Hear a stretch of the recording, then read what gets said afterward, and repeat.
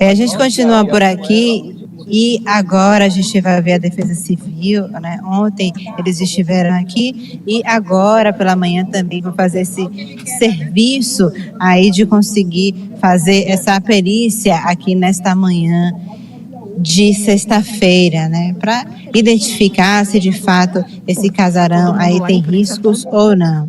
E o Sócrates está aqui, já ele vai aí iniciar, né, conversar conosco, com a imprensa, e de fato percebemos o quê? Que o Corpo de Bombeiros segue no local para fazer esse refrigeramento, ainda há alguns pontos com alguma fumaça, viu? Mas ainda assim a mangueira está por aqui, então a qualquer momento o Corpo de Bombeiros ele vem aqui e faz esse refrigeramento da área.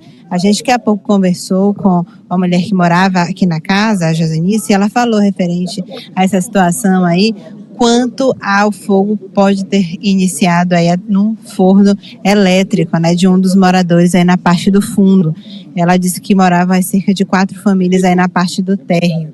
E a gente vai aqui, já o Sócrates vai conversar aqui com a imprensa, a gente vai iniciar aqui essa conversa, essa coletiva referente ao trabalho da Defesa Civil, né, nesse casarão, né, que foi incendiado ontem à noite, né, o Corpo de Bombeiros que foi acionado a partir das 19 horas e seguiu o trabalho até as 8, na verdade até hoje, né, mas nesse momento é uma outra etapa de refrigeramento aí dessa construção, onde a gente percebe que há muita madeira antiga, é uma estrutura de fato histórica. Né, ontem, inclusive, o Sóstenes falou que há um projeto do IPHAN junto com a Prefeitura de Salvador, que se chama Projeto Casarões, que é uma forma aí de dar apoio a essa avaliação, a estar aí em campo para avaliar os casarões antigos aqui desse centro histórico da capital. Mais de 2.000 casarões são tombados, né, pelo IPHAN, e há a necessidade desse trabalho em conjunto, né, com a Prefeitura, enfim, com o governo também aqui do estado da Bahia. A gente vai começar a coletiva aqui agora, a gente vai acompanhar a entrevista. Vamos iniciar. Está comprometido, Sócrates, vai precisar realmente demolir as paredes? O que você pode trazer para a gente já? Bom dia, seja bem-vindo. Bom dia, Cris, bom dia, Tiari, bom dia a todos que nos acompanham.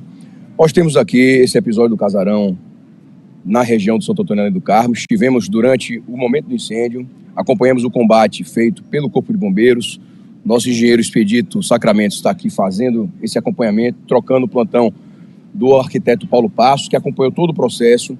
Ainda não é possível afirmar, por exemplo, se há chance de tombamento da fachada para frente, ou mesmo se a gente vai ter aqui o comprometimento das casas laterais e a do fundo. Isso somente após o término do combate que está sendo realizado ainda na manhã dessa sexta-feira aqui no Santo Antônio. Vale dizer que essa é uma das edificações quais nós já realizamos uma série de vistorias. São 2.969 edificações catalogadas pela Codesal, georreferenciadas, com o status de cada uma delas. Dessas, 2.017 tombadas pelo IPHAN, 287 dessas tombadas em grau de risco alto ou muito alto. Nessa semana passada, a nossa equipe, coordenada pela engenheira Rita Jane, pela arquiteta Thaís, estiveram realizando essas vistorias das que estão em nível alto e muito alto, e nessa localidade nós também tentamos fazer a vistoria e só foi possível fazer na área externa, visto que muitas vezes ou o proprietário ou o morador não está na edificação ou recusa a vistoria sob pena, sabedores do risco que estão vivendo de não permitir a vistoria para que nós não façamos a interdição. Ora, essas vistorias são importantíssimas, então quando os nossos profissionais, os engenheiros e arquitetos da Codesal estiverem realizando, os moradores precisam abrir espaço para que ela seja realizada da melhor forma possível para garantir a sua vida e a dos demais moradores dessa edificação. Aqui nessa localidade, segundo as nossas equipes, são 5 famílias que viviam aqui. Ainda não temos a informação se são locatários de um único proprietário ou se todos são proprietários. Ao término dessa operação de combate ao incêndio, as nossas equipes poderão fazer as novas vistorias e também dialogar com as pessoas que aqui viviam.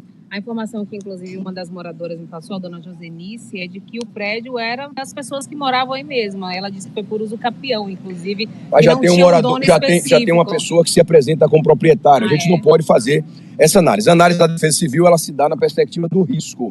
A dominialidade, nós sempre solicitamos, por exemplo, a Secretaria da Fazenda ou mesmo encaminhamos para o órgão tombador, seja ele o IPHAN, seja ele o IPAC. Então, nesta manhã, o engenheiro Expedito, ele dá provimento a essas novas tratativas, sabedor se é de um proprietário e outros moradores aqui viviam, ou se locatários, ou se possuidores. Como você bem disse, alguns alegam, por exemplo, a condição do uso capi. Então, essa condição jurídica não nos compete nesse momento. O que nos compete é garantir efetivamente a segurança, não só deles que já saíram da edificação, mas também de todos os outros. Por exemplo, a Transalvador, desde ontem, está aqui atuando, garantindo a segurança com o não uso dos veículos nessa importante via de ligação aqui do Barbalho para o Santo Antônio Além do Carmo. Então, a Transalvador permanecerá aqui até que o risco seja sanado, até que a situação esteja controlada. Contamos aqui com o Corpo de Bombeiros, com a Guarda Municipal. Ontem, quando tivemos notícia, foi o diretor-geral da Guarda, Maurício Lima, que nos contactou, justamente porque estava acontecendo festejos aqui no Santo Antônio. O subprefeito da região, Coronel Sérgio Freire, também nos contactou. Então foi uma força-tarefa realizada com muita rapidez. A Secretaria de Promoção Social encaminhou aqui os seus prepostos para oferecer abrigo para os moradores. Eles agradeceram, mas não fizeram uso, dizendo que tinham moradias de parentes, vizinhos para alocar-se nessa madrugada. E evidentemente que o desdobramento se dará durante todo esse período, a partir de hoje, depois das vistorias realizadas por nossas equipes. Sóceres, ainda tem duas perguntas em relação à questão do tempo, né? Se eu não me engano, o morador disse que já são 200 anos que esse prédio tem. Ele era tombado pelo IPHAN, não era? Tem essa informação? Muito possivelmente. Eu não vou lhe trazer esse dado com a garantia que uma entrevista como essa mereceria, mas muito possivelmente, visto que nossa equipe esteve na semana passada na força-tarefa com os prepostos do IPHAN.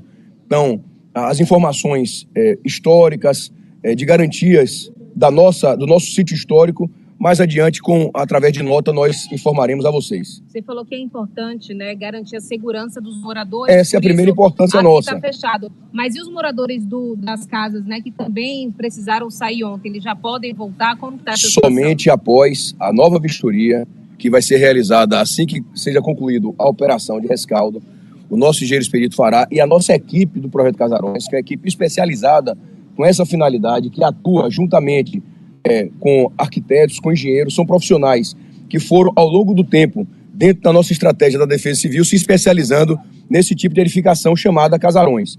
E aí, para isso, nós temos as próprias casas, as edificações de moradia, ou pousadas, ou restaurantes, ou mesmo igrejas. Então, o Projeto Casarões engloba, justamente dentro desse arco de edificações em área tombada ou imóvel tombado, porque perceba, às vezes a casa não é tombada, mas ela está dentro de uma área de domínio, de tombamento dos órgãos tombadores, seja do IPHAN, seja pelo IPAC.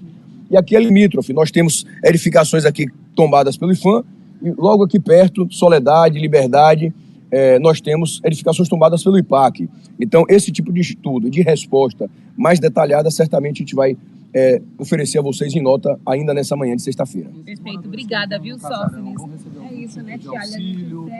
Ainda ontem nós oferecemos, eu recebi um telefonema do secretário Júnior Magalhães, da Secretaria de Promoção Social.